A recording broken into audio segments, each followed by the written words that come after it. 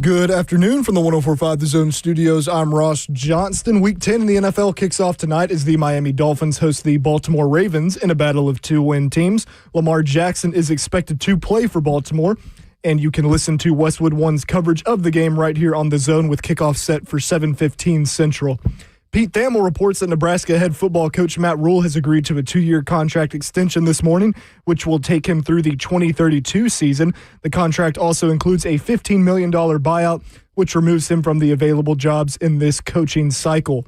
A couple of NFL quarterbacks have had updates on their return to play as Vikings quarterback J.J. McCarthy took all first-team reps in practice yesterday for the first time since suffering his high ankle sprain and says he is feeling great heading into this weekend versus the Lions. Also, Commanders quarterback Jaden Daniels was a full participant in practice yesterday with his hamstring injury lingering and is on track to play Sunday versus Seattle. For all your foundation repair, waterproofing needs, visit USSTN.com. Breaking news at once in your home for the Titans and Vols. This is 104.5 The Zone.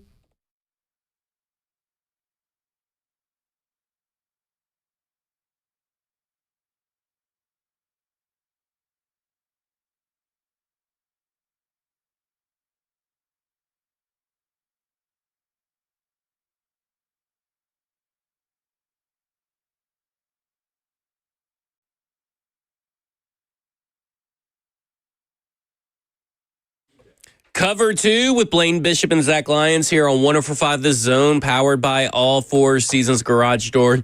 615-737-1045 is the number. We're broadcasting live from the 104.5 The Zone Circus Sports Studio. Kentucky's largest sports book can now be found at Circus Sports at Kentucky Downs. We go around the SEC with Chris Phillips of SEC Unfiltered, who's on his way down to Jacksonville for the world's largest cocktail party. And I guess, what are we going to buy, Blaine? What do you? How far do you think we can get on Lucas's credit cards now that we got his wallet here? Lucas just left his wallet, so anybody just needs some extra funds here. You maybe we can do an eBay bid or something. And he's got an insurance card in here, man. Yeah. You need some help with your insurance, man. Let's make it happen. Let's do it. Let's buy some. Yeah, I guarantee you, he didn't forget that food that he took out of here. He was actually eating the food. Here. It's hard to miss. It was right there. He was eating his bowl of food, while trying to leave the studio. Oh, that guy got his priorities all jacked up. Food is number one in anything, man. We could get some chains. I think he would actually. If it was only one plate left and him and his wife to survive something, he would eat that food. Yeah. Oh, there's no doubt. He would. There is no doubt. I really do, man. He would easily be in a zombie apocalypse at some point in time, a cannibal. Because I would not have him in whatever, I guess, your zombie killing party, because he's going to eventually eat somebody in the party if they run out of food. Oh, man. He enjoys eating. Yeah. Man. Hey, man, that's going to catch up to him, man, especially probably when he gets around my age. You better watch out. It would be more than his badonka butt growing boy. Oh, man. More than that, man. It's going to be the gut. It's going to have both. I can attest. I never had a butt for food to go into. Mine just went into my belly. So I can attest your metabolism at some point will die. Oh, my. I think Ross can relate. Yeah. What? No, I got a backside for sure. That athletic butt. Athletes, it's almost impossible, man. That's the going rate, man. Yep. Yeah, that gives you that power and explosion. I'm just saying, man. I wouldn't draft a guy just guys today. Yeah. See, that sounds crazy, right? No, I mean, that makes sense, especially for offensive linemen, defensive linemen. There's always some outliers, of course, but most likely. Which makes Xavier Restrepo's lack of speed and explosiveness kind of weird because he has tree trunks. Yeah, I think he should probably play running back. There you go. Ross, I guess go ahead and get the clip of the Louisiana governor. So the Louisiana governor, and I have to say, I side with him on this, but Louisiana Governor Jeff Landry goes off on the LSU athletic director, and he kind of goes in this long time. First off, it's kind of weird that the governor is stepping in for this LSU head coaching search, which is kind of wild. But here is Louisiana Governor Jeff Landry on the LSU coaching search. The first question is absolutely correct. We are not going down a failed path. And I wanted to tell you something. This is a pattern. The guy that's here now that wrote that contract cost Texas A&M $70-something million. Right now, we got a $53 million liability. We are not doing that again. And you know what? I believe that we're going to find a great coach. I mean, maybe we'll let President Trump pick it. He loves winners. You know, I'm not going to be picking the next coach. But I can promise you, we're going to pick a coach, and we're going to make sure that that coach is successful. And we're going to make sure that he's compensated properly. And we're going to put metrics on it. Because I'm tired of rewarding failure in this country and then leaving the taxpayers on the foot, to foot the bill. So, yeah, I absolutely. Who's that? Scott Woodward. No. I can tell you right now, Scott Woodward is not selecting the next coach. Hell, I'll let Donald Trump select it before I let him do it. I don't know, but the Board of Supervisors is going to come up with a committee, and they're going to go find us a coach. Because, wait, I want to hold on. One real quick thing on that. Because here's what y'all reporters need to do. Y'all need to start looking at who represents all these people, like these agents. You know what's interesting? If I'm not mistaken, Woodard's agent, Kelly's agent, the Texas A&M, they're all the same agent. Like, you realize if I would be, I don't know how many sports writers we got here today? Just you. We should have a bunch. Okay? Like, this is ridiculous. Lawyers would be disbarred for the way these agents act and the way they're able to represent. In fact, there's no doubt, they may even represent some of the players now. Like, it's really time for the NCAA to put on some guardrails in college sports. Because, and it's fine. We don't need the guardrails. If big billionaires want to spend all that kind of money, no problem. But if I got to go find $53 million from Kemp, it's not going to be a pleasant conversation. I'm just telling you. I know. And I think that that's important as well. Y'all should start looking into that. I have to say, he makes some pretty compelling points. But I don't know if what we need in SEC coaching searches is government oversight. But he does make some good points about agents represent Jimbo Fisher, Brian Kelly, and the AD are all the same guy. Who would that be? I'd have to look up his agent's name. But I'm going to make a guess. Jimmy Sexton? I don't know. I really don't. But I know he's got all the big names. I think that's who had Nick Saban, correct? Yes. Was I wrong? I have to find it. Okay. So either way, because I know Brian Kelly and Garrett Nussmeier also share the same agent, because that was said in Any Given Sunday. And I don't think that guy's name was Jimmy. So I don't think he called him Jimmy. But he just got the heavy hitters. So I have to say, though, that kind of makes sense that, if you're an athletic director with an agent, I mean, that seems like a conflict of interest. And this guy has now given two coaches who share the same agent contracts and have cost both universities $50 and $70-something million. The agent is Trace Armstrong. Trace Armstrong. Oh, he used to play. So there you go. Did you know that? I did not know Trace Armstrong. Yeah, defensive end for the Miami Dolphins. Yeah. But that's kind of wild. Oh, he's strong. He's powerful. Dang. Hey, I'd love to be in his shoes myself, man. Hey, yeah. Who cares what the governor thinks? I mean, I'm sure the agent how does is it structured there in Louisiana? Like, for them to ask him that at that kind of form, like, why are they asking the governor? Like, do they have some say-so over how LSU's sports I don't know if he's on the committee or not, because there is a sports committee down there, but I know he's tweeted about it. So I think prior to the press conference, he's tweeted about it. I don't think there is any real. Yeah, that's why they asked him. So I don't think he has any real power other than he's governor, and I don't know how much sway and connections he has with the LSU board and all that kind of stuff. But this is kind of a wild thing for a governor to come out and say this about an athletic director, that he's not going to be able to pick the next coach. That seems kind of weird and wild. But I also kind of don't blame him. But is that undermining the AD and his power? Because he just said he won't be hiring him. He act like he's going to be the one hiring. If not, he'll select someone, Trump or whoever he wanted to do the selection. I don't know where he went. I don't know where to take him serious, or if he just was rambling and just ranting and just upset about the last two hires. Yeah. Well, I mean, that's what it feels like, right? It feels a little bit ranty. But it feels like he said, first off, that he himself is not picking it.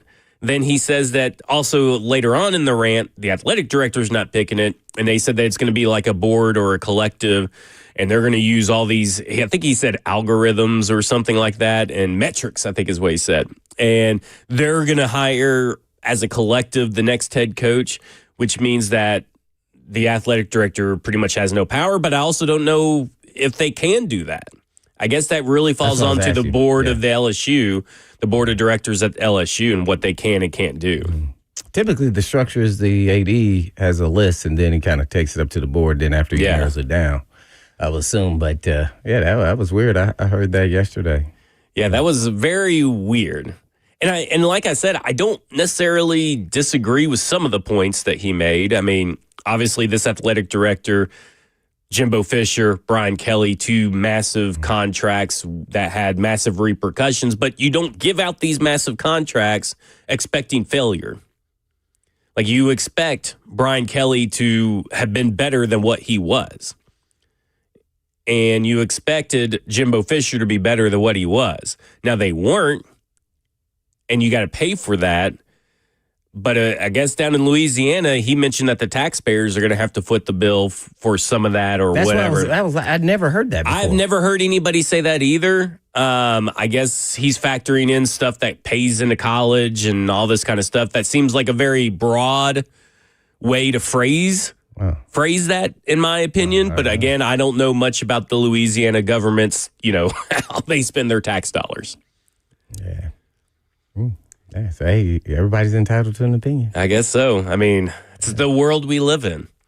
Let me ask you a quick question, though, on a different... I'm going to say this. That's why I ask, what is his... To me, he needs to stay in his lane. Like, sports and politics are two different things. And to me, he can have an opinion, of course. Yeah. But to go into detail like that, like he has some... It almost, to me, felt like from a different angle, he could undermine this whole operation of how they hire. See, that's how I view it. Whether I agree with some of the stuff he said or not, obviously there were some of those things in there were true. But is he helping or actually is he hurting? Well, I mean, it's like... Because LSU wants to win. So now, do you think, Lane Kiffin going to take the job now? See, that's what I wonder is like, you're going to have to give do more you want government oversight if you're the next head coach? I like, man. Because, what business does he have in the negotiating room, in any kind of athletic forum? Why is he involved Just at all? imagine if the governor of Tennessee did that and Danny White about Tennessee. Just think about that. Yeah. That would be insane. He would. That would be insane. They call Parabolic. a revolt. Boom. Yeah. I'm like, that's why I said you just need to kind of stay in your lane. I mean, give a quick opinion and then move on. I know he's probably a passionate, LSU fan. And Chris, so I don't know the rules there in Louisiana. I don't know if this is true or not, but this is from someone. Let's read it since we don't know. So it's from F&M Bank Chat. This is from Chris A. Merriman. So if you guys want to attack him for being wrong, LSU is funded by the state of Louisiana. Okay. The governor is in charge of those funds. And he says this isn't difficult. Well, we don't know that. I mean, we don't cover LSU, Chris Merriman. No need for that little snide comment at the end. That's all right. He could. Yeah, we don't know. Yeah, that's cool. Hey, Lisa, we don't know. Educate us. Yeah. Thank you. you. That's why I ask. Are they a part of the? So there you go. So then that makes all the sense in the world. Exactly. So, but also, do you really want this guy in charge of it? I mean, there's still just because you have the power doesn't mean you should be flaunting and flexing the power. It's like a lot of people don't want Amy Adams Strunk to be, making the final decision, right? Does this guy know more ball than Amy Adams Strunk? I don't know.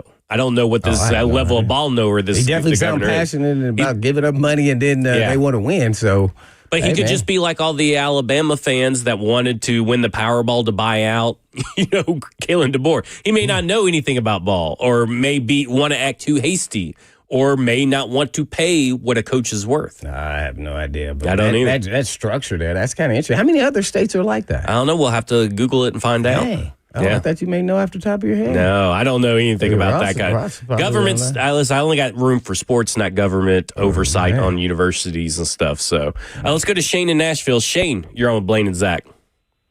Dude, he appoints all the board of directors for all of those colleges. If they don't listen to him, he can make it hell for them.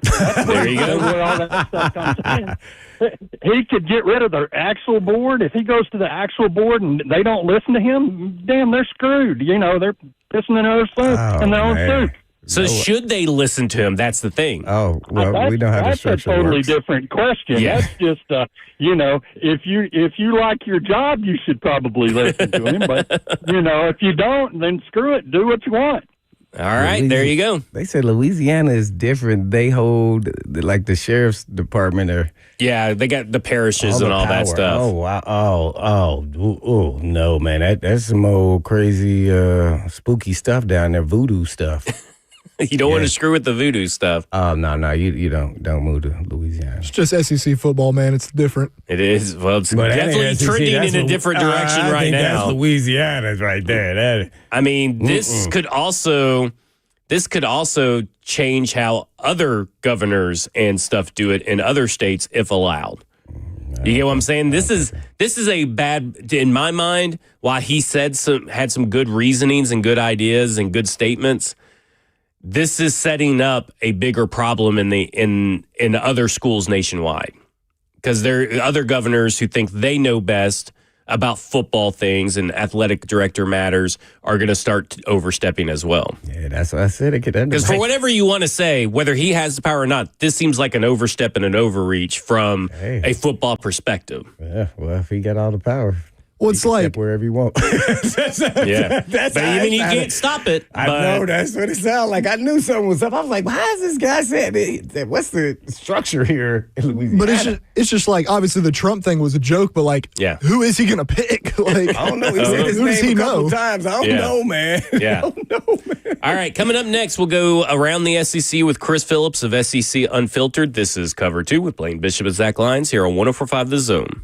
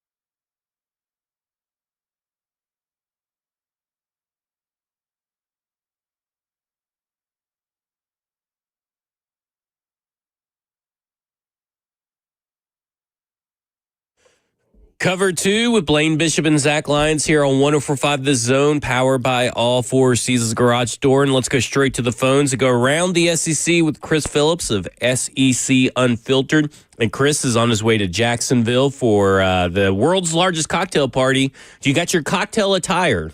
Can we still call it that, though? Surely we can. I thought they changed it. Said you can't say that. Is that true? I don't think so. Well, they don't call that anymore, but that's its proper name. That's what I call it. Why don't they call that anymore? Meanwhile, they still sell alcohol at the stadiums right now. Yeah, they don't want to encourage heavily drinking. Even though we're going there this weekend and literally throwing a massive tailgate where heavily drinking is encouraged. So maybe I shouldn't be saying that. But yeah, it's the world's largest outdoor cocktail party, guys. Excited to be going. It'll be my second one. First time was last year. It's always a great time. So intriguing game this year with we got an interim head coach.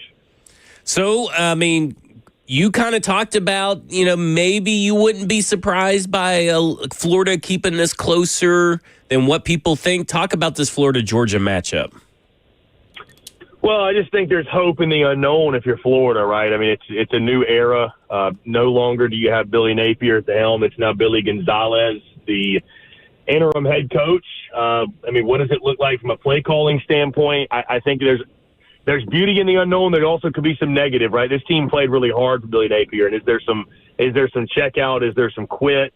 I tend to think that won't be the case, but we just genuinely don't know what we don't know. So, and on the Georgia side, listen, Georgia's ho-hum doing what they've been doing all season, but a little bit inconsistent. The defense hasn't been quite what we expect typically from a Georgia unit. And I think DJ Lagway is a guy at quarterback still as rough as their season has been, as talented as any college football. He can make Georgia pay. So I've been told some things have been shifted around in Athens over the bye week. Maybe Kirby Smart, believe it or not, getting a little more involved in the defensive game planning. But, I think the hope for Florida, like I said, guys, just comes from, what do we get from the unknown? There's still a lot of talent on this team. There were just some loose ends, Billy Napier. Maybe those things get cleaned up.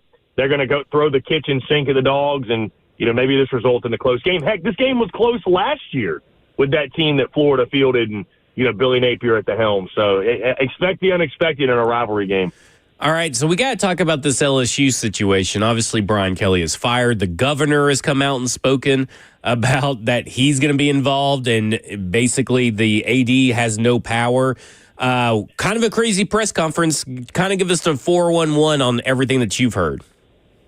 Dude, this is the most Louisiana situation of all time. And I love those I love those people to death, man. I'll tell you this. I had never heard Jeff Landry speak or just seen him in a press conference, anything, until yesterday. I had briefly heard his name. Is what the governor of Louisiana is like. That pretty much nailed it. And I've probably watched that presser, that 2-minute clip or so, probably 20 times, and it gets funnier every time I watch it. It's like a Saturday Night Live skit. I almost can't believe it's a real thing.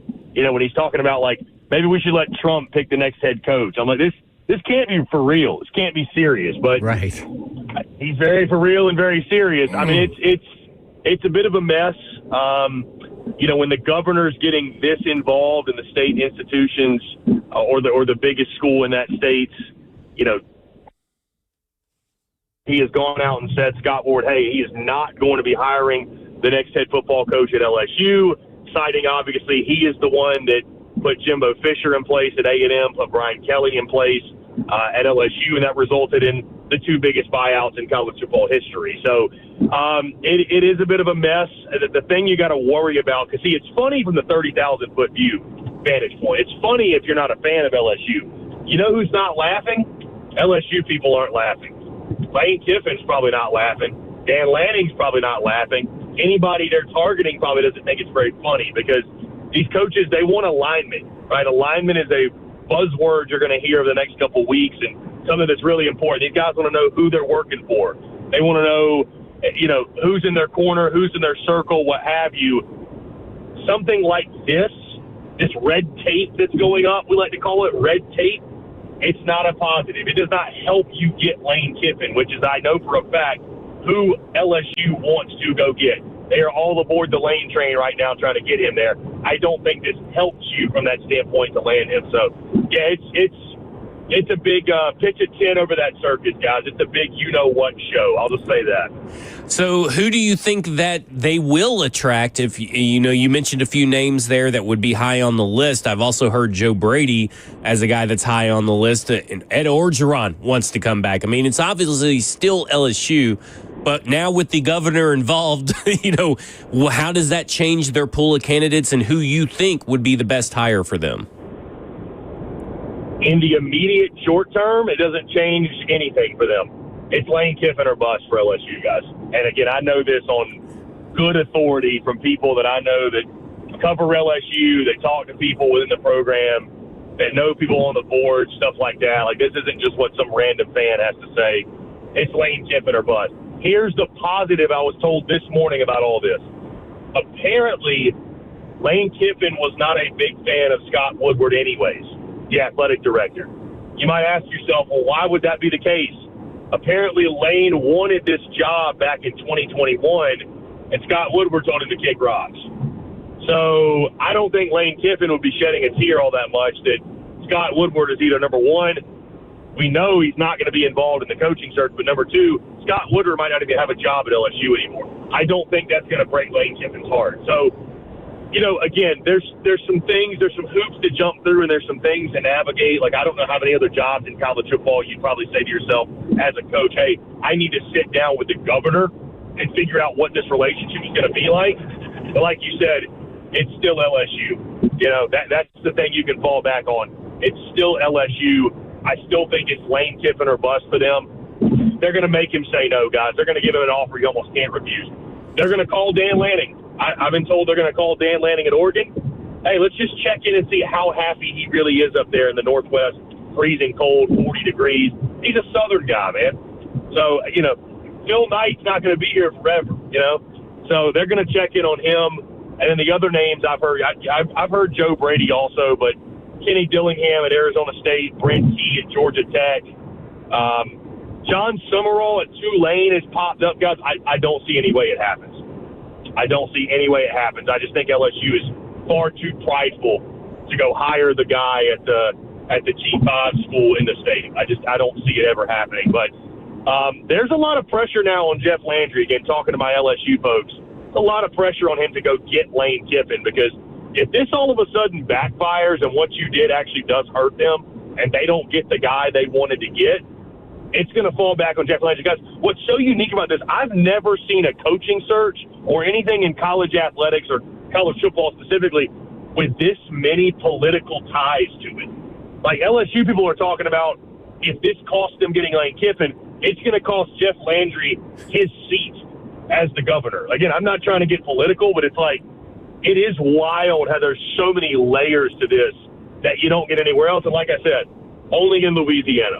Only in Louisiana, indeed. We're going around the SEC with Chris Phillips of SEC Unfiltered. Well, staying with Louisiana, how was it in Louisiana at the LSU game? Naturally, A&M won the game, right?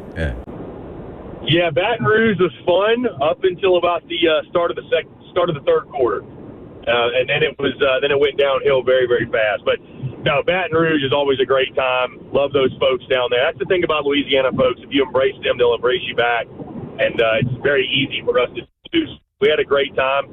But Texas A&M, I'm sure you're asking that question because you want to talk about the Aggies. And, I mean, to me, man, they're the best team in the SEC right now. And I think to this point, if you haven't already done so, have to acknowledge them as a national championship contender. They really are. I think they're the most complete team in the league.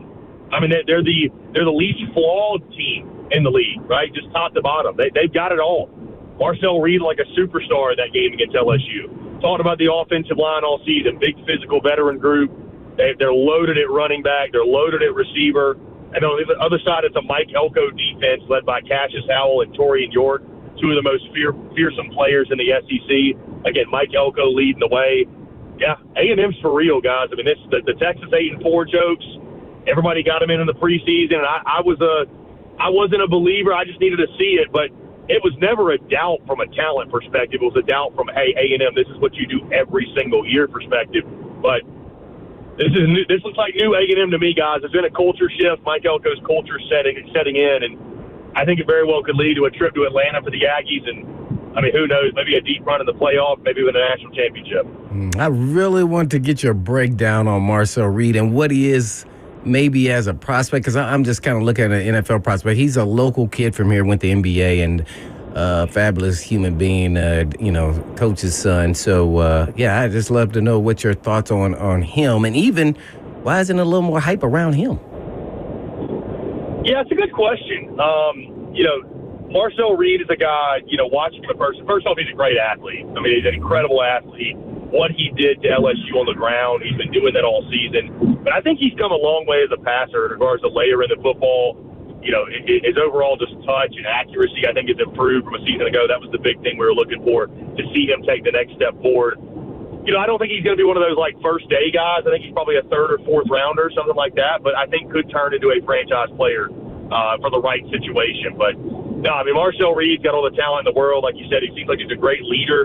I don't know him personally. I didn't know he was from the Nashville area. But, great leader, great teammate, everything they say in College Station. And, again, the intangibles and the talent just jumps off the page when you look at him. Especially, again, get to watch him in person, see the athleticism, see some of the throws he made.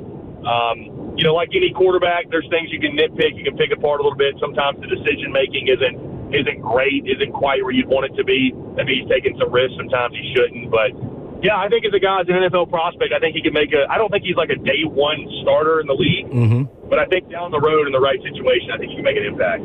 But no Heisman hype, huh? That too soon? No, I don't think he's putting up quite gaudy enough numbers, to be honest. Although, again, folks in College Station will tell you he should be in the running. I mean, selfishly, guys, I'm still holding on to that Ty Simpson Heisman ticket. So I'm hoping that he keeps tearing it up. I was going to ask, too, Blaine, you're asking about Marcel Reed and his NFL draft stock, whatever. Are we giving up on Cam Ward already or what? Oh, no. Yeah, Cam Ward, no. The team is just not very good. Jimmy and Joe. We're just giving up on the Titans. That's what we've just given up on the Titans. Yeah, right. Yeah, definitely not on Cam Ward. Now, we have to talk about the biggest game in the state, actually, and that's Oklahoma versus Tennessee. Matir, I guess that's how you pronounce his name, Aguilar. Who wins that battle, let alone who has the edge to win the game in Knoxville? Yeah, so it's interesting. People talk about games and do their best to hype them up and talk about implications and what they mean for the playoff. Yeah, guys, it's not lip service. This one's for real. A college football playoff eliminator. Lose and you're out. Neither one of these teams is getting in with 3 losses. If either had a chance, it'd be Oklahoma. I think their resume at 9-3, if they were to win out after this, you could argue is good enough. But guys, we have so many teams in the league right now with 2 losses or less. I just don't think it's going to happen. I don't think you're going to have a strong enough case to beat out some of these other 2-loss teams. So it's a playoff eliminator. It's interesting, guys, because a month ago or so around this time, I would have told you I thought Oklahoma might be the best team in the SEC. And it's like when John Matir went out with that injury and he came back, they just haven't looked the same to me. Like, the defense is still really, really good, right? The defense is elite. I don't know if John Matir, I think he's 100%, but they've been kind of trudging along offensively. And I tell you where you can't do that, guys, is this weekend at Neyland Stadium. Because Joey Aguilar and company are going to score. I don't care who they're going up against. They've scored against everybody. I'm sure Oklahoma's defense will be able to limit them, but Chris Brazzell, that group, they're going to get theirs. You're going to have to keep up. I'll say this too, guys, because sometimes we overplay the environments in college football. Like, listen, the fans don't play the games, right? Like, it's about execution, X's and O's, whatever.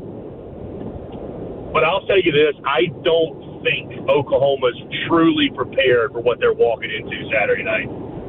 With the night game, dark mode. Neyland Stadium is scary at baseline, guys. Now you throw in the dark mode stuff, it's a downright, in the spirit of Halloween, like, it's a haunted place. Like, it is a very spooky place to go play a football game. They pull out those dark mode unis. Neyland Stadium's going to be the most electric atmosphere in college football on Saturday night. And I just don't see any way Oklahoma walks in there and gets the win. I love Tennessee. I took Tennessee minus 2.5. Back and forth game, close competitive game, but I I don't see any way Josh Heupel's letting his alma mater get the better of him on a night game at Neyland on Saturday night. Best story in the SEC, you may have hinted around to it. Joey Aguilar, is he the biggest story in the SEC thus far? Or, who's in competition with? Who's another big story in the SEC? Can we show some love to the 615? The best story is Diego Pavia and the Vanderbilt Commodores. No, I don't know, man, because we knew what we're going to get from Diego. We had no idea what you were going to get out of Joey Aguilar, and that hence puts him at the top for me personally because, man, they thought they were going to be an 8-win team. Don't get me wrong, it's a great story. Joey has proved his doubters wrong. I was a major doubter. Until you see it. So much and we saw it. I ranked him 16th out of 16 quarterbacks. To call me a doubter is an understatement, but it's a great story. It is. We'll call it 1A, 1B, but Vandy is in the top 10, and they are a favorite to the college football playoff. I mean, that is a big story. You couldn't have scripted it. Yeah, I could have listened. If you'd have told me Joey Aguilar is going to be a lot better than you think, Josh Heupel, the Josh Heupel effect, I could have believed that. You really, truly could have talked me into that. And I even picked Tennessee to go 8-4 before the season started. And I mean, respectfully, they might end up 8-4. They're not far off from that. They're probably a 9-3 team. Not far off from it. Who in the world saw Vandy being, 7-1? Yeah. Who saw that? Yeah. I mean, I knew Diego Pavia was good. Don't get me wrong. But the rest of this team and what they've done to this point, it's been a storybook season in Nashville.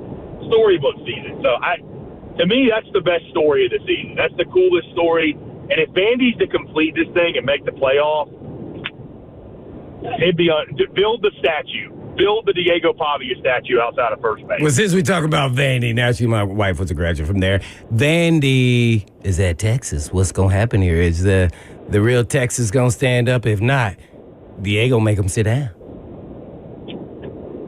So it's interesting when you look at this game, guys. I'm sure you've already seen Texas is favored, which will make you really scratch your head and say, why would Texas be favored? I mean, what have you seen to this point that tells you Texas is a better football team than Vanderbilt? I get the game is in Austin, but I don't understand why they're favored. You know when the last time I had this same feeling was? It was the week of the Red River Shootout when Texas was favored by about the same number, 1.5, 2.5. You know what Texas did? They dominated that game and won it by double digits. Football side of me, football logic tells me, hey, Vandy's the better team, Vandy's going to win. The gambler inside of me tells me Vegas knows something. So I picked Texas to win the game. Vegas knows something, guys. I don't know if it's – and here's what's crazy, too. Arch Manning, I don't even think is going to play. It's going to be the Matthew Caldwell show. So this is either – listen, this is either he one didn't of look too bad on that throw for a touchdown. I was like, whoa. I wonder how long did he play in this game? To be fair, Matthew Caldwell – how much of a drop-off is it if it's not even an upgrade with the way Arch Manning's played this season? But It's one of two things. This is either the biggest swing and a miss in the world by Vegas, or they just know something about something that we don't know. Texas is still very talented, obviously. But, yeah, there's from the football perspective, I mean, Horns can't run the ball, guys. What does Vandy like to do? They want to line up for 60 minutes on both lines of scrimmage and punch you in the face repeatedly until you submit, until you give in. That's their game. There's not a team in the SEC that knows their identity and embraces it more than Vanderbilt. Vanderbilt knows exactly who they are, and they play it to a T, man. They embrace the heck out of it. They execute it at the highest level. They've only not done that one time. It was against Alabama when they got outside of themselves. They did too much, or they didn't do enough. They didn't run the ball like they normally do. They try to do a little bit too much, I think, at times. If Vandy stays within their game plan and just continues to be who they are, I think they should beat Texas. I think they should. I'm just purely picking this off the gambling perspective. Vegas knows something, guys. I don't know what it is, but Vegas, I think, knows something. There you go. Chris Phillips with SEC Unfiltered. We're going around the SEC with him. Tell everybody where you're at down in Jacksonville for this weekend's game. Yeah, Zach Lane, it's always a pleasure. Appreciate you guys. We're all over the place, man. We're starting tonight. We got a live on location show at Surfer the Bar on Jacksonville Beach, 7 o'clock Eastern. Ooh. If anybody's down there, come on out. Tomorrow we'll obviously be out and about, kind of exploring the city, getting around the stadium, getting the vlog going, everything else. Also, the Florida Gators have a baseball scrimmage tomorrow night at the Jacksonville Jumbo Shrimp Stadium. We'll probably swing by and say what's up to some people. And then Saturday, the real party gets going. We are teaming up with Surfer the Bar and the Happy Dad folks, which if you don't know, it is a seltzer. We're teaming up with them to throw a massive, massive tailgate from 9 to 3 before the game. They're expecting, I think they said 4,000 or 5,000 people there. It's going to be an outrageous time, to say the very least. The game obviously will take place, and then there's an after party Saturday night, starting at 9 o'clock at said Surfer the Bar on Jacksonville Beach. It is going to be a legendary weekend, boys. I've only been to Jacksonville twice for these sorts of festivities, and let's just say both times your boy was feeling pretty good. So I think we're going to have more to say this weekend. All right. Thanks, Chris. And be safe driving down. Appreciate y'all. All right. Thank you. That is Chris Phillips of SEC Unfiltered. We go around the SEC with him every week. When we come back, I want to talk a little bit about that Vanderbilt Texas game, and because it's the biggest game in Tennessee, I feel like this weekend. We're not really talking about. Well, it's not in Tennessee. It's not in Tennessee. It's the biggest game of the Tennessee teams. Cover 2 with Blaine Bishop and Zach Lyons here on 104.5 The Zone.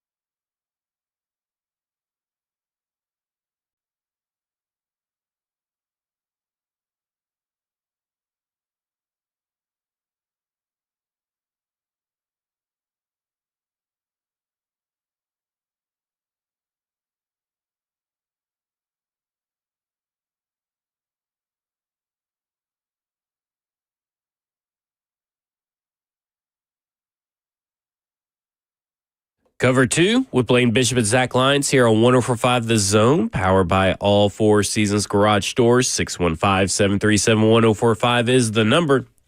Vanderbilt at Texas. Which team has more to prove, in your opinion? Because I feel that's a good question. Because I feel like Texas does. They're favored, and it's at home. But Vanderbilt has clearly been maybe not the better roster, but the better football team. And it really feels like right now that, Steve Sarkisian's got to get this offensive ball rolling if they want to start winning games and making any kind of noise the rest of the way of the season. Because Vanderbilt has looked better, more, I guess, better and consistently. Oh, man. Yeah. So I feel like they have more to prove right now at home. Yeah, and then they're favored, even though they're ranked 20th. 20th. Yeah, they're favored by 3.5 according to ESPN bets right now. I don't know. I just don't see the elite athletes. I don't see the guys up front. I think there's they got a really good defense, but like what Vanderbilt's doing is playing a team sport, complementary football consistently for 4 quarters. To go against Vandy because that travels. I mean, they can run the ball. Diego can run, throw. I mean, he's a tough deal. That offensive style, what do they call that style that they run? I'll see if there's a gun, or is it their offensive name? Spread gun? Yeah. Veer and shoot. Veer and shoot. That may be it. That thing, man, that is hard to stop because people keep making some fundamental mistakes along it. I don't know if it's game planning or what, man. So I think they can get it done. I'm going against Chris. I think Vanderbilt can get them there. I really do. Man, because they can run the ball, and Diego just brings that, that confidence, that air confidence, even when things go. As long as he doesn't turn the ball over. See, that was the difference in the last game against Missouri. Yep. He turned the ball over against Alabama twice in the red zone. I think he only did it once last week. Yeah. He had an interception, right? Oh, I don't remember that. He did have a pick last week. I forget if it was red zone or not. But it may not have been red zone because that's what it was against Alabama. Yeah, so if they do that, man, I'm all in, man. Anchor down. What about you? Who do you think has more to prove, Ross? Texas for sure has more to prove. I mean, their season's on the line. Yeah. I wondered, though, if the line will switch at all if they figure out Arch is not playing before Saturday. Oh. Like, do you think Arch would make enough of a difference to make Vandy the favorites by a point? And he started practicing, I think, yesterday? He did, yeah. That's an interesting take there. Because maybe Chris was like, hey, they know something that we don't. Well, maybe it's that Arch Manning is playing. Maybe that's what they know or what they expect, that Arch Manning's going to play. But that's what I'm saying. I also don't know if Arch Manning playing hurt, which he has been, is better than what you're going to get out of Caldwell, the other quarterback back there. I don't know, man. I don't know. I mean, because we don't know. And does that actual surprise of what Caldwell could be or is, we don't know anything really about him in this Texas offense other than he went into the game in a critical moment, checked out of a play, and threw a beautiful pass into the end zone. So Vegas is saying that Caldwell is better than Arch. Well, I'm wondering if, no. But I mean, that, well, no, what I'm wondering, no, well, that's maybe, what I'm saying. Maybe that's what they know. I think that's what they may know. And maybe that that's what it is. Or there's just like no difference. Yeah, there's no difference, maybe, is what they're saying. Like, there's not really going to be much of a difference whether Caldwell or Arch plays.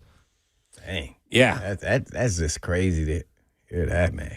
Wow. It's crazy, but I do think Texas has more to prove. And, Steve Sarkisian, this is year 5 for Steve there at Texas, and he's done a tremendous job getting them back to relevancy. But they've struggled this year with what should have been their best quarterback prospect that they've had under him, but they have struggled. Well, they struggled this year. Offensive line's not good. I mean, man, who's their superstar running back? Right. I just think the talent just a notch below, and everybody else is right there with them. And then it's about game plan, execution, and mistakes. And then Arch is not playing well. Yeah, I mean man, it's been consistent. I'm miffed by that. I sure hope we hear something about it after the season over he was injured. If not, I'd be I can't even see with my eyeballs that this guy was going to be a good player. Yeah. Just to throw it out there, there were rumors over the weekend about Steve Sarkisian being a head coaching candidate, being interested in making the jump to the NFL. No. They specifically, Diana Rossini specifically mentioned the Titans. Just in case you guys were wondering, if he were fired Texas would owe him $55 million. But if he were to leave and make a jump to the NFL, it's only $3 million given to Texas. So that's it. Them. So, yeah, he would owe them $3 million if he were to leave Texas. Texas. How much does he make today?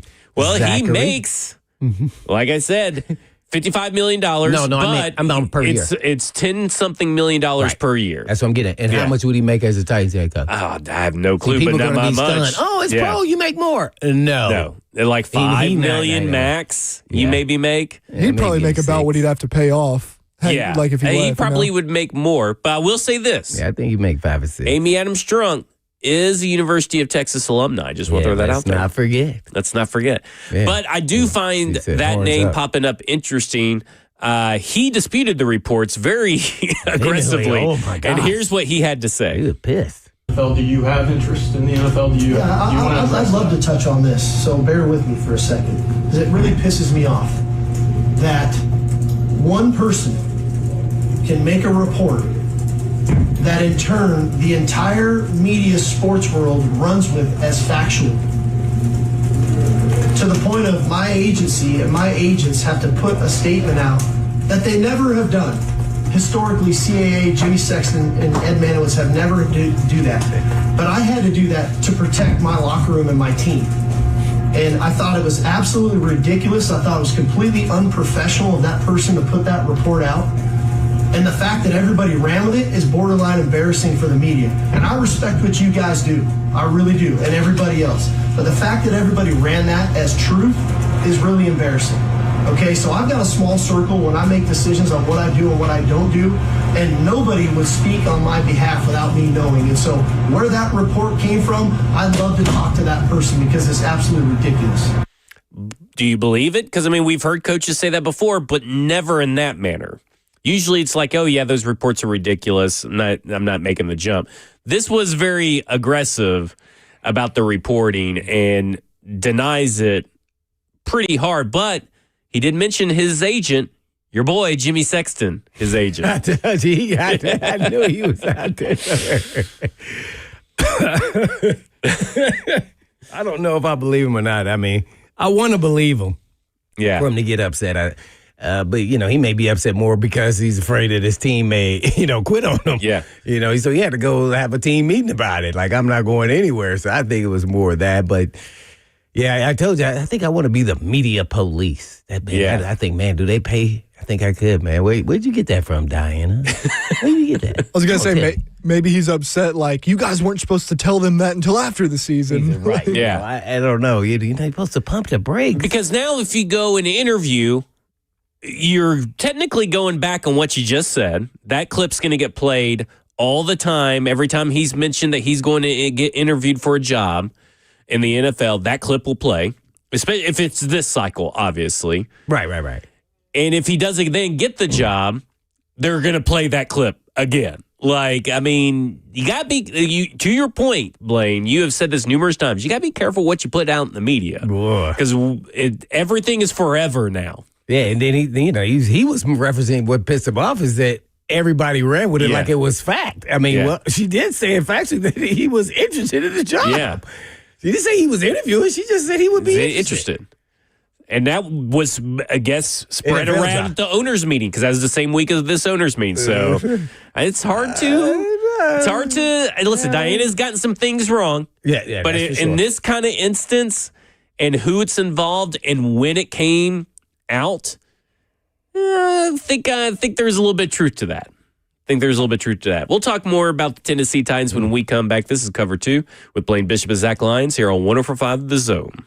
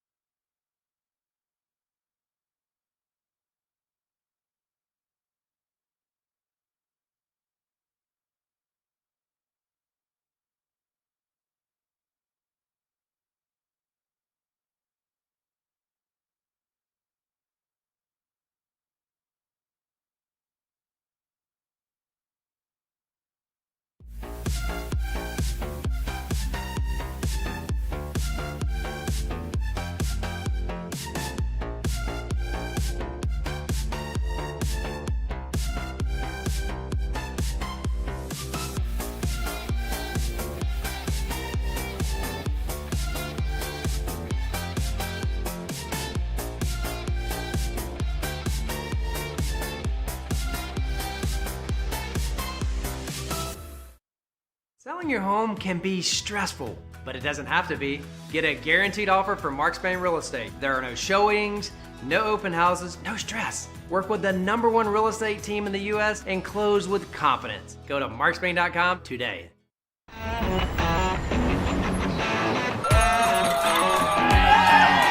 Smashville hockey. Around here, it can sound like a language of its own. But hey, if you can pronounce Demumbrian, then names like Yossi, Shea, and Marchessault will roll right off the tongue. Nashville Predators, only in Smashville.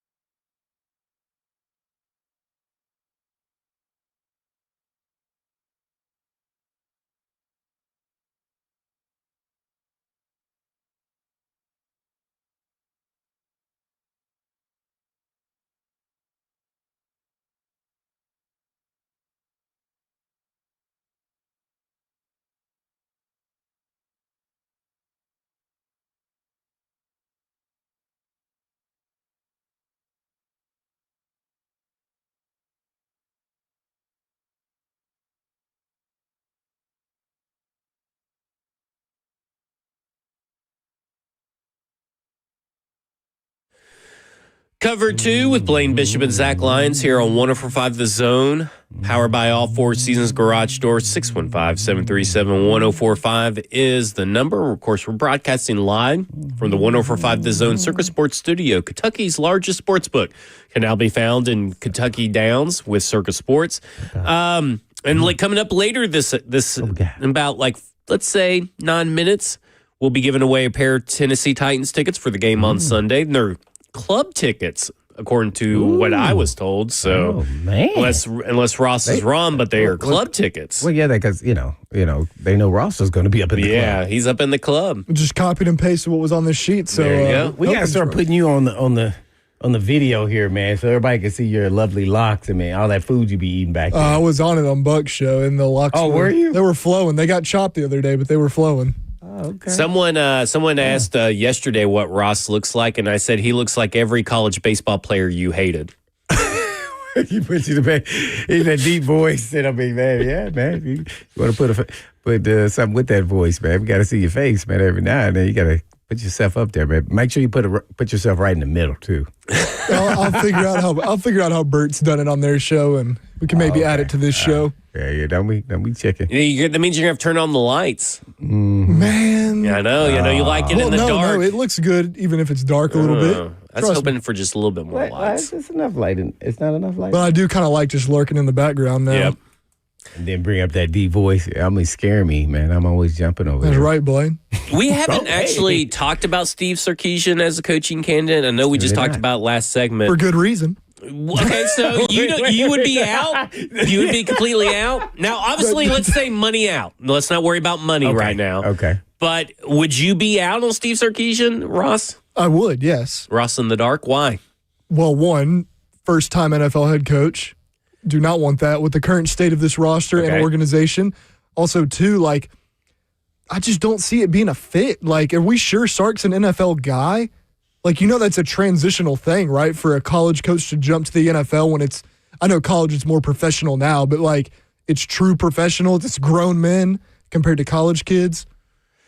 Yeah, but I mean, he's been an NFL coach for 3 different seasons. I mean, one of them was 2004 with the Oakland Raiders before he went over to USC. And then he spent 2 seasons, 2017, 2018 with the Falcons, putting up a top 15 offense, one-time top 10 offense in those 2 years of Matt Ryan. So, I mean, Matt Ryan is not an easy guy to get along with. I mean, you have to be able to speak the language. So he's had experience with all kinds of different personalities on that Falcons roster. So just saying, like, and he has built up this program from Texas back to relevancy.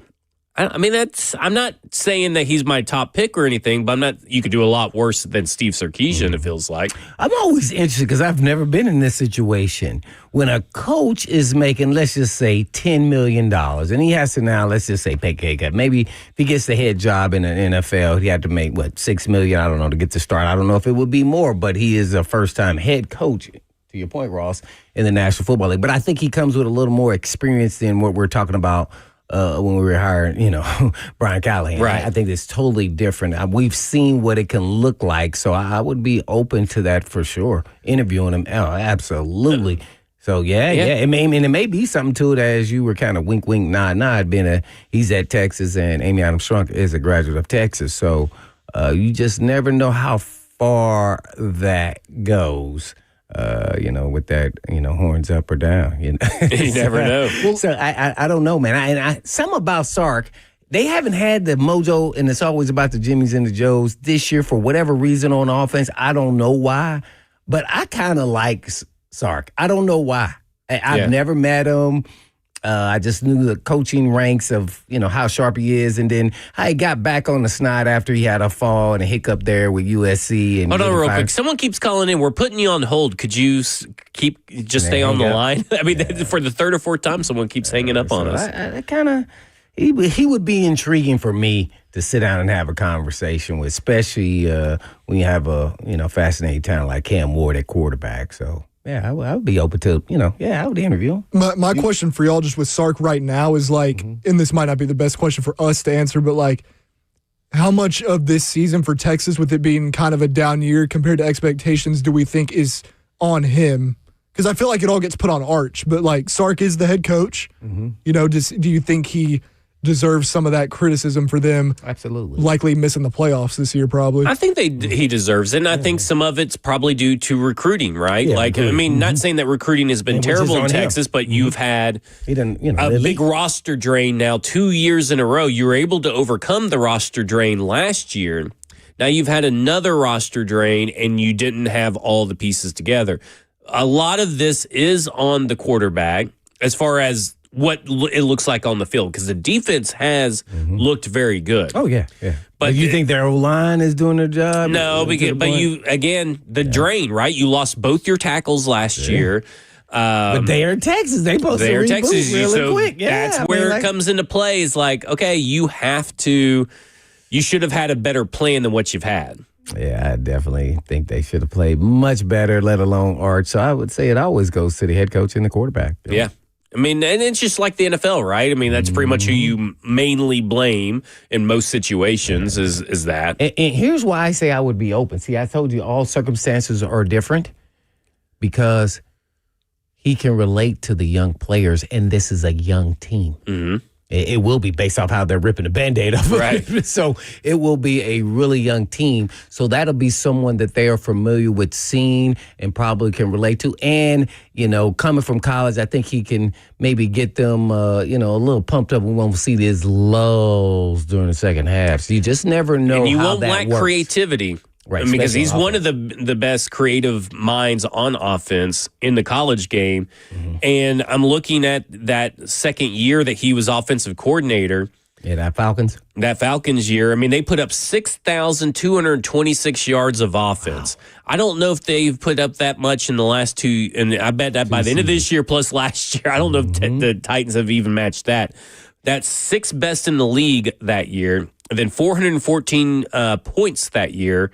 That's 10th best in the league in that final year before he made the jump to Alabama and Dan Quinn was fired and all that kind of stuff. Yeah, so, but also that we're in Tennessee, we want to make Texas a little weak. That is true. That is true. We wouldn't make Texas weak.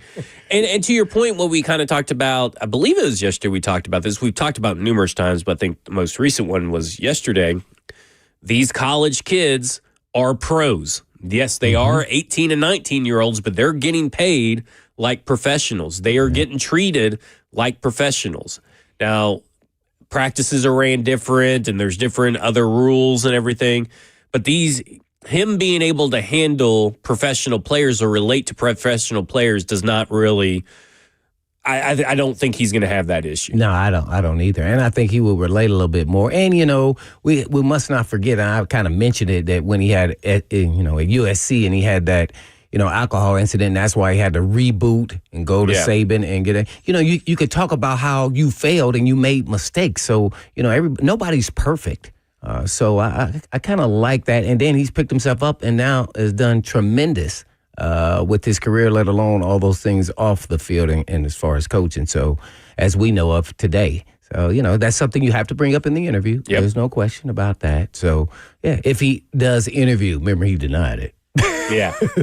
But, I mean, to the point, again, he also kind of helped get Texas back to where it's at. So he kind of knows how to take a program that's kind of meandering and bring it up somewhere. So, I mean, I don't think it's that crazy. And I understand you want someone with head coaching experience.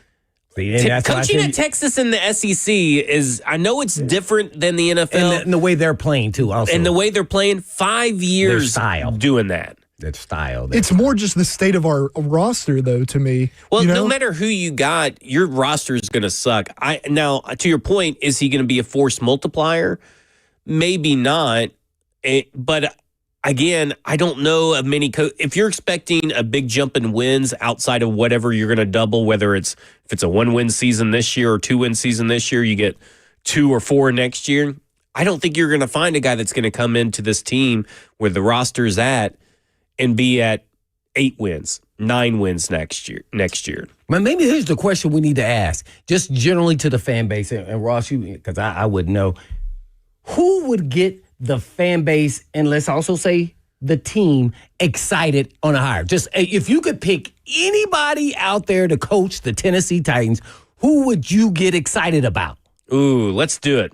Well, because that's what I mean. Because that means the players, everybody will be super excited about this guy. Who is that guy? 615-737-1045. We want to hear from you. We'll think about it over the break. And don't forget, we got tickets to give away. So first off, we're going to give away the tickets. Then we're going to take some phone calls about who would actually get you excited and who would get this fan base, this team, this city excited about the Tennessee Titans. All right, but it's Titans Ticket Thursday. Each Thursday before home games, we'll be giving you a chance to win a pair of tickets to the next Tennessee Titans game. Be caller number 5 now to win 2 club tickets to see the Titans host the Los Angeles Chargers this Sunday at Nissan Stadium. 615-737-1045. 2 tickets, 2 club tickets to see the Titans host the Los Angeles Chargers this Sunday. This is Cover 2 with Blaine Bishop and Zach Lyons here on 104.5 The Zone.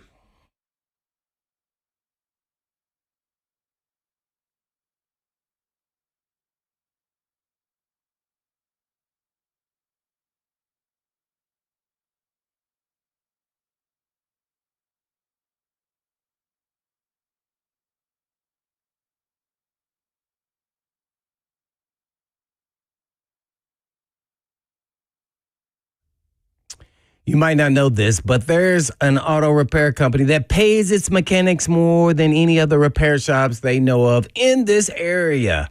Hey, it's Blaine Bishop for Eurofix. And why would Eurofix do that? A decent technician can make $50,000 to $60,000 a year, and a good technician that's pretty fast can make up to $120,000 a year. And a really, really fast technician who's really, really good can make up to $180,000 as their mechanic. Can you believe that? And a lot of people look down on mechanics, and they shouldn't. Local owner Aaron Stokes is an ex-mechanic, and mechanics are what make the world go round. You didn't know this? Everything out there has to be worked on. Did you know that Eurofix is not open on the weekends? Why? Because Eurofix wants the kids of mom and dad's employed be at home with their kids and their family to take part in. And Aaron Stokes figured out a long time ago, if home life is happy or unhappy, work life is unhappy or happy too. So that's why Eurofix is open Monday through Friday. And European vehicles are fixed at below dealer pricing. And they get a 3-year, 36,000-mile nationwide warranty on all repairs, and the Eurofix performs. They have 5 locations throughout the whole state of Tennessee. And all you have to do is just give them a call at 844-EUROFIX. That's right, 844-EUROFIX, or you can visit them online at myEurofix.com.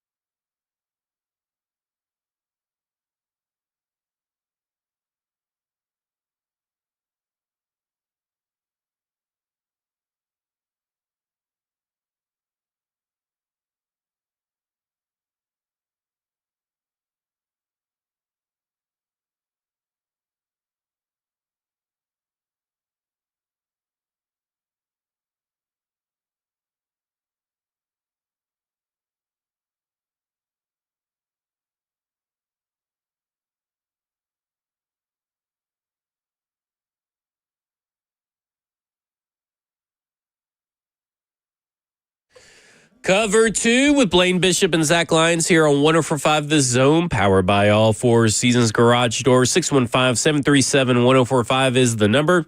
Tickets have been given away, just so everybody knows. But we're now asking you, who is the head coaching candidate that you think would get the fan base, the team, or you excited the most? Anybody here. Because I know they need stability, and maybe they need boring. Maybe that's what they need. But I do wonder what candidate would actually get you excited.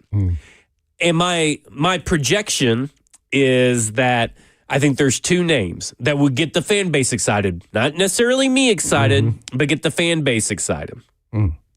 I think that this fan base as a whole would love some John Gruden. You can pick anybody. Yeah, I'm not picking like coaches currently employed in the NFL. Okay.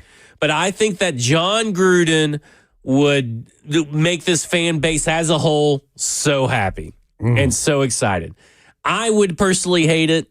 I think it would flame out, but I think that's one of them. And I think the other one is Nick Saban. I think Nick Saban would get this fan base really excited. And I'm not sure where I land on Nick Saban being an NFL head coach at this stage of the game. Yeah. I want him as the CEO. So in Brinker's spot. Right. You want president of football ops. Yeah. Oh, man. I don't know, man. When I brought up that question, because I don't even know who gets me excited. I mean, man, he's a proven commodity. I mean, Bill Belichick's in North Carolina. So, I mean, I don't know if he gets you excited like that, but he is a winner. Yeah. And he does bring discipline. Because as much of the phone calls that we've had on John Gruden, I just have to assume that within the sample size of what I've seen and been asked in the chat, what have we been asked on the phone, I think that he, by and large, would make everyone excited. Oh, man. And Gruden, he's still got the lawsuit going on, so I don't know if that's going to be... Cliff Kingsbury would be the other guy because he has recent success. I think he would get the fan base excited because of the recent success. Man. Who were your names? I was busy on the line. That's all right. He said Saban and Gruden. I think Gruden, Saban, and Cliff Kingsbury. Can I throw one out? Go ahead. I don't think this will happen. I think Mike Tomlin would get everybody excited here. Yeah, I mean, okay, so I did eliminate, just so you know, coaches currently employed that haven't been fired yet. Because there was rumors. I said Bill Belichick. Yeah. But I don't know if he gets you excited because his personality. Because there are rumors right now. I read another rumor this morning from an article from The Athletic that Kevin O'Connell's practices over the summer weren't the same. They're talking about firing Kevin O'Connell. Maybe he's at the late. I mean, if he got fired, I'm on there. Again, I'm driving up to get him. Sean McDermott gets fired, I'm driving up to get him. Let's get that U-Haul. And I feel like these coaches, Mike Tomlin, John Harbaugh, Sean McDermott, and Kevin O'Connell, if one of those guys came available, I think there are coaches that would get, unlike what happened when people said this with Vrabel, I think a coach would get fired because those guys made it out there. I could see Jerry firing Brian Schottenheimer if one of those guys got free. Really? Mm-hmm. Whoa. Wait a minute. How good is Dak playing right now? Now, he's playing very good. I'm just saying. And who runs the offense? Yeah, Brian Schottenheimer does, but listen, it's not all... It's like dating game. Yeah. You're married. You trying to go get the next hot chick now. No, you better stay with the hot chick you got because the hot chick right now is cooking. I'm just saying Jerry would do that. And I will say this, too. I think that Zach Taylor would get fired for one of those coaches over at the Bengals. All right, let's go through these phone calls. Do you have one on the list that we didn't get to? Not really. Because would Eddie George get everybody excited? I don't know. Maybe that's a name that we should have thrown out there. Maybe he gets people excited. But I think there would be a lot of people scared of first-time head coach. Yeah. All right, let's go to Michael. Michael, you're on with Blaine and Zach. Hey, guys. How y'all doing? Doing good. How are you? Great, man. Give us some ideas. Make us excited. Get us pumped up. Hey, so you're talking about Lane Kiffin being a bust. I don't care if Lane Kiffin busts wherever he goes. Personal opinion. But I think Mike McCarthy are a bust. He was on top of the world at Green Bay, was a great coach. He had a great team. When he left there on his own terms, sat out a little while, came back, went to Dallas. Let's just call it like it is. As long as Jerry Jones is in Dallas, no coach is ever going to reached the pinnacle, in my opinion. That's just my opinion. Yeah. We look at our draft picks last year. We got a good GM. Bergonzi done a good job bringing in some good talent. We're more excited now, I think, about our young guys than we are our older guys. Mm-hmm. So now we just need somebody that can coach the players that Bergonzi can bring in, and I think it's Mike McCarthy. And that's to me, that's the one that excites me. John Gruden. Other than Tampa Bay, tell me what John Gruden has done. Thank you, Michael. You side with me, when you side with me, I'm okay with it. Well, I don't think John Gruden needs to go to college. Y'all mentioned the lawsuit. The lawsuit is, to my understanding, that has done ended. So he is free to come back into the NFL as a coach. And somebody may make a chance to run a chance at him. Personally, I think he ends up in Florida. Is what I think. I think that's the Gators' next coach. But I think it's Mike McCarthy, and just the discipline he brings, the leadership that he brings, and I just think he would be the coach to coach the players that Bergonzi brings in, and we have seen that Bergonzi's going to bring us some talent. Hey, appreciate it, Michael. Mike McCarthy. I don't know if that gets everybody that excited, but maybe everybody's starting to warm up to the idea that maybe he's the best of the bunch. I don't know. Yeah. But he makes Michael excited. Let's go to Danny. Danny, you're on Blaine and Zach. From the borough. Hey, how y'all doing? Y'all ready to get really excited? Let's do it. Get me excited, man. I'm ready. All right. I think you're thinking too small. I think this fan base would get more excited if a Peyton Manning-led group of venture capitalists came in and bought out Amy Adams Strong. Oh, my. And then he put himself as the head coach. I think the head coach isn't the biggest problem. I think we all know that. So Peyton Manning buys out the Titans, makes himself the coach. He's the owner and the coach? He's the owner. He's the part owner and the coach. Oh. I'm excited. He part owner, he not coaching. I do like your idea, though. But Peyton Manning being a part of the whole process. Yeah, I like that, Danny. I like that idea that you would get excited if Peyton Manning and a bunch of venture capitalists, a group, came out and bought out Amy Adams Strong. Oh, my. I like that. Maybe even if it's a minority share, like Tom Brady, but you have Peyton Manning doing the Tom Brady thing. What do you think about that idea? Peyton Manning is your Tom Brady Vegas Raider setup. How much has Peyton Manning had success when he recommended all these different coaches for jobs? I will say Adam Gase is 0 for 1. He never said anything bad about anybody, man. So, I don't know, man, but I know it would get people excited, no doubt. Yeah. I would even get excited myself, man. Maybe we could have him on the show. Yeah. There you go. Let's go to Todd in Columbia. Todd, you're on with Blaine and Zach. All right, Blaine, this is for you. You ready? Please give me somebody. Bill Cowher. Oh, yeah. Here you go. Hey, how you doing, cowboy? Yeah, that's what it is right there. For 3 years. Boy, he been out for a minute, boy. I like it, Todd. That's outside of the box right there by Todd. Hey, Todd, he told me, he said, I just want you to pass it along. He said, Todd, we got to get you on the air, man. With that submission. Yeah, I love me some Bill Cowher, man. He was like, hey, man, we coming at you. I said, bring it. Do you think that I don't think he wants to coach? I don't think he wants to come back and coach, but do you think that if, let's say, just have fun, right. If Bill Cowher was hired, reaction from the fan base would be what? Who was that? No, I'm just kidding. He's on TV now. Yeah. I don't know if they would get as excited. A lot of these fans would be like, the TV guy? Right. CBS Sports? Yeah, they don't remember that he was the coach of the Steelers, So, yeah. All right, let's go to Adam in Nashville. Adam, you're on with Blaine and Zach. Hey, good afternoon, fellas. Hey, good afternoon. I hadn't even thought about this, but I was actually listening this morning, and someone had mentioned Robert Saleh. And honestly, the more I think about it, I think it really could make sense. I mean, our defense has been, let's say, suspect for a few years now, and I think he could absolutely shore that up. And then bring in a really good offensive coordinator and just give him the keys. You have the quarterback. We're obviously going to have some draft picks to give him some weapons, but I think that could be a really interesting hire to shore up the defense. And like I said, just bring in a great offensive coordinator and let him run. There you go. I mean, Robert Saleh, maybe that's an exciting pick. Yeah, for some. Just because he walked over and said he would get Lim. What's the guy's name? Maybe get Mike. Yeah, he killed. He said, "I'll effing murder you." That would have been. Oh my gosh, the NFL would have had a panic attack. If they started getting to a fight out there. God. And like, hey, we can understand the player. Well, Liam Cohen, I guess, can't be fighting. Liam Cohen said it with an offensive lineman in between them. Yeah. He knew what he was doing. That's smart. I mean, maybe you get Robert Saleh with Mike McDaniel as the OC. Give me a little intrigue. He's a little intriguing guy. I do wonder, though, would he want to come to the Tennessee Titans? Because I think he's going to be choosy. I just do. And I know there's only one of 32, and I'm one of those guys that preaches it. It's only one of 32 jobs. But when you're on your second shot, do you want have coming from a dysfunctional organization? Now, if you came from a successful organization or you built up something or something like that, maybe a little bit different. But something like the Jets, where you were told who you could have on your staff, where you had very little say in personnel decisions on your roster. Is this where you're going to want to come? Unless you have that in writing that you get that.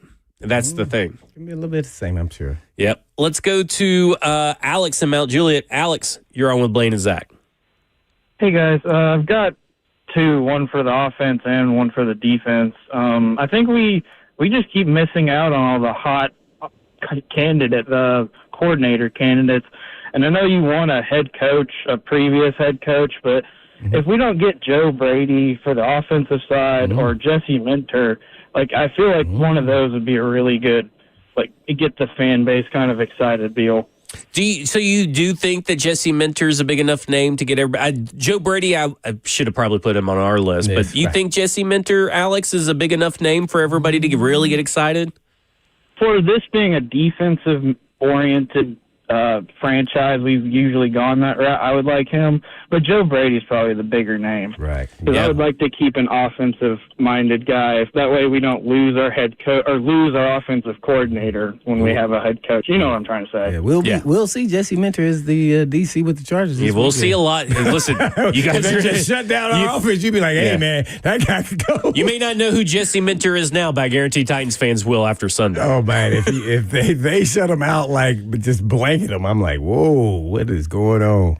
I do think that, Joe Brady's a name. I know that we're all a little hesitant on Joe Brady here, but on this show, but he is a name that people recognize and would probably get excited about. So I do that was a name that we should have probably had on our list. He would get people pumped up. I know he was offense. Jim White just tweeted, not spotted at Thursday's Titans practice, Jeffrey Simmons, Arden Key, new addition to this list, Chig Okonkwo, Calvin Ridley, Xavier Woods, Blake Hance, and Jihad Ward. What's wrong with Chig? Hey, and hold on, callers. I know they keep calling. What's wrong with Chig? Trade-itis. I'm like, where did this injury come from? Big Jeff's on there too? Yeah, he's been on there, though. They said they had to add a groin injury on there as well. I'm like, what? It will be interesting to see. How did that happen? Why he was...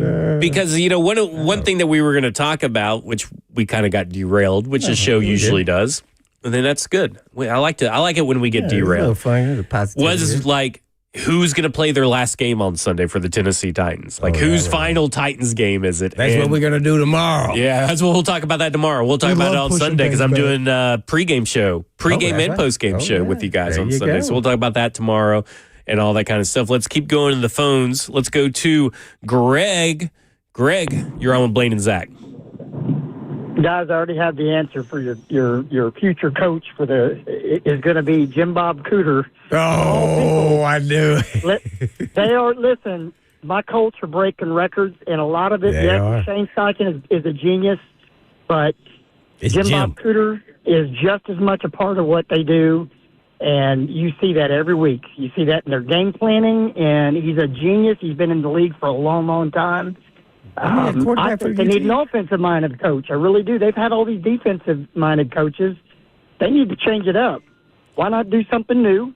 Defenses, and Blaine, you know this, being the man that you are in your past and just being an excellent player. I've watched you play for years. I'm 54 years old, but I can say that the league is no longer really defensive-minded as much as And I think that teams are going to have to adjust to that even more in the coming years. And I think you've got to have an offensive genius that's running your program. Personally, appreciate it. Thank I'll you. hang Yeah. up and listen. I think that's why Berganzi and Brinker have let all the cornerbacks go because they said we just need average corners because this is an offensive league. Yeah, we're going to go all offense. We're going to go all offense. I told I'm not even going to worry about watching the defense. If I could, I would just fast forward through the defense. Score.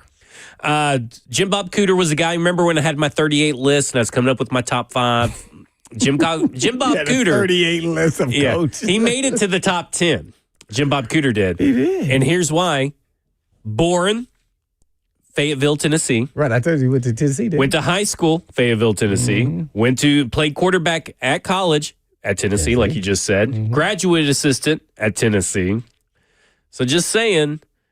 And he's been kind of a pretty good offensive coordinator at his stops. And how much fun would it be just to say Cooter all the time? I know. I think Cooter would be a great fit. Cooter would be a great fit. It would. You got Cooter and DK, just when you're typing everything out. I mean, it sounds like a match made in heaven to me. As Dixie in the chat put it. Or Duck Foley in the chat. So there you go. Coming up next, we'll go to Tony, Joseph, and Will, and more of your phones. This is Cover 2 with Blaine Bishop and Zach Lyons here on 104.5 The Zone. Cooter!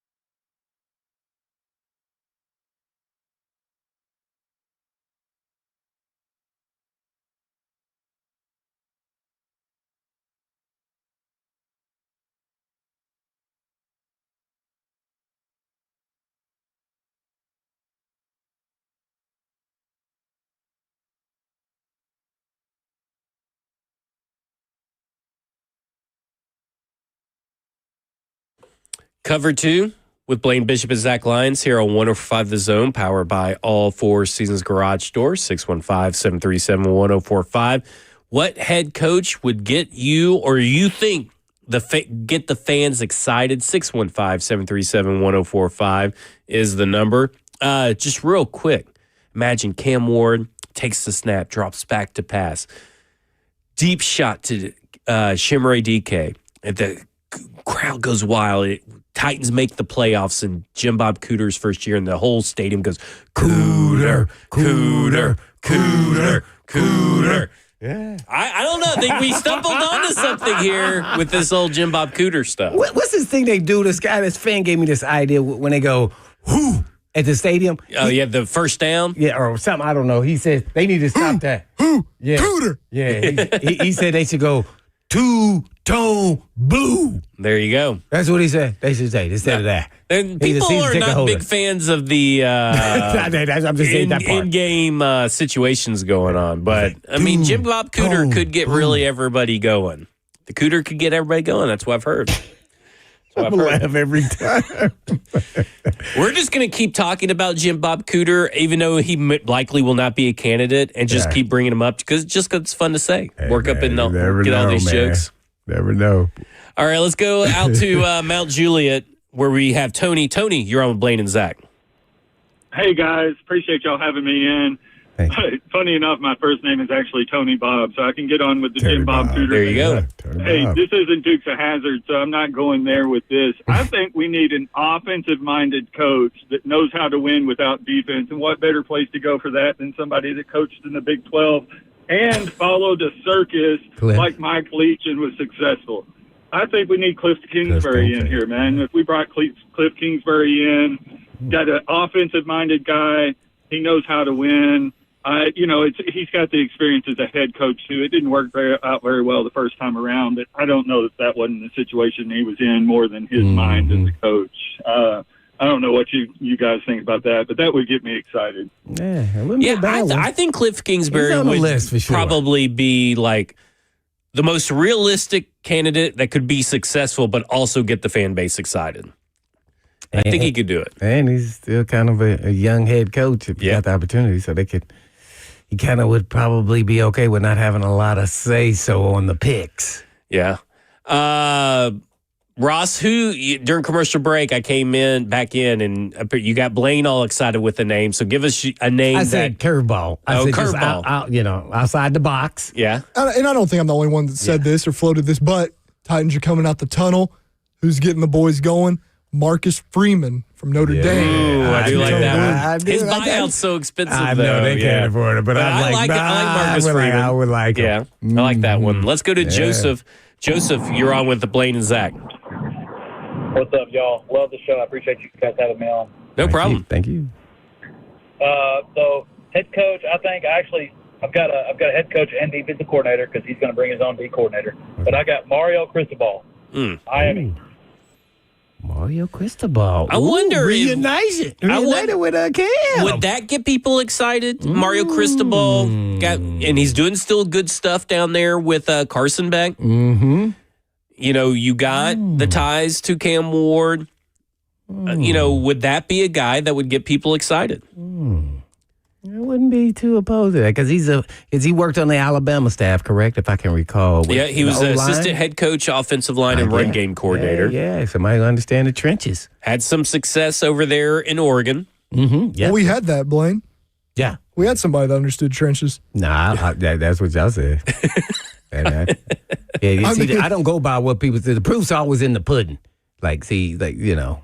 And I talk to people in the league who actually played for them, and they didn't say that. They didn't say, "Oh, best." He's not touching Mike Munchak. That's what they say.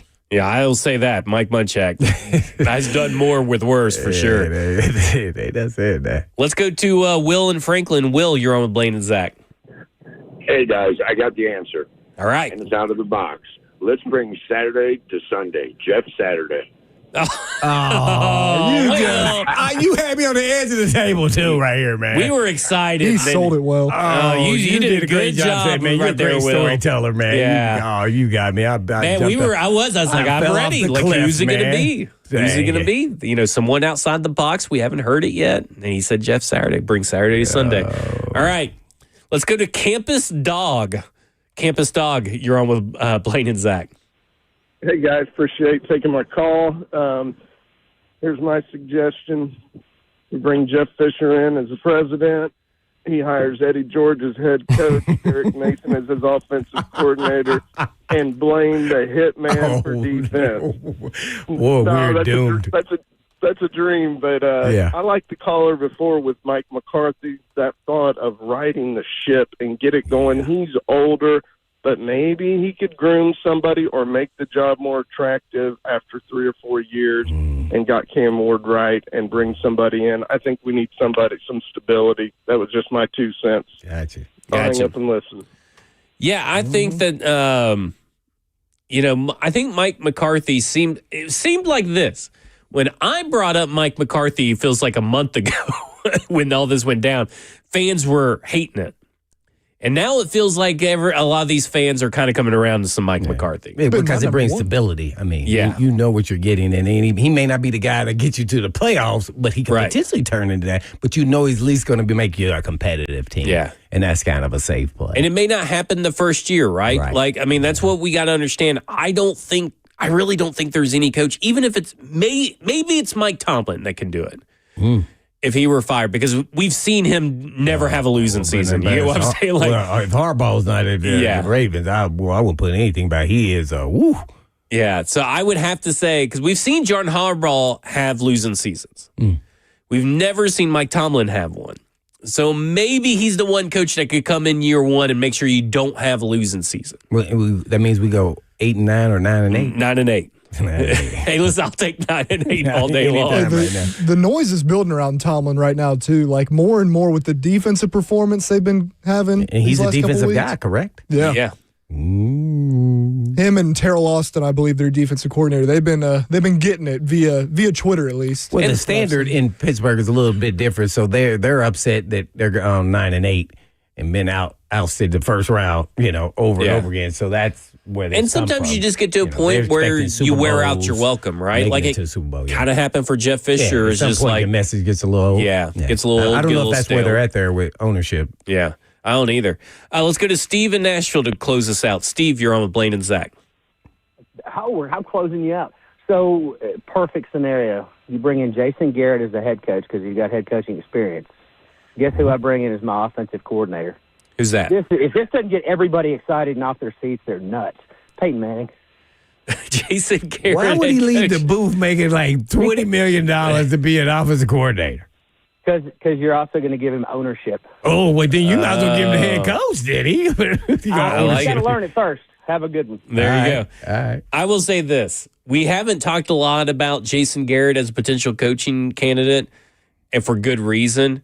Like Tommy Rees, that one would send me over the edge. Yeah, that's hazard pay being filed if Jason Garrett. You know where I thought he was going with the OC was Jason Witten. Yeah, Tennessee native.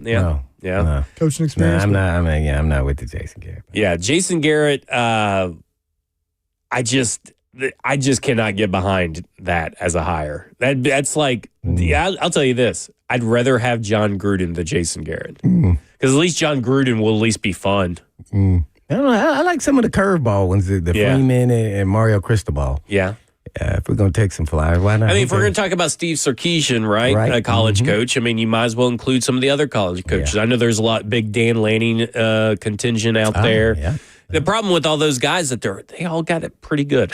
I know you want. I guess there's a certain level of competitor that's like, I want to be a head coach. Mm-hmm. I want to be in the NFL at the highest level. So there's always that, and maybe that plays more into money than anything else. But I don't know. We'll see. Dan Orlovsky is the OC. I'm out. He doesn't even know where the end zone's at. He ran out of the back of the end zone. He's great. Listen, he's a great analyst, and that's where he needs to stay. All right, what a great guy. Yeah. Bill Belichick. Bill Belichick. All right, that will do it for us. This is Cover 2 with Blaine Bishop and Zach Lyons here on 104.5 The Zone. 3HL's up next. And in the meantime, and in between time, peace. Stand up.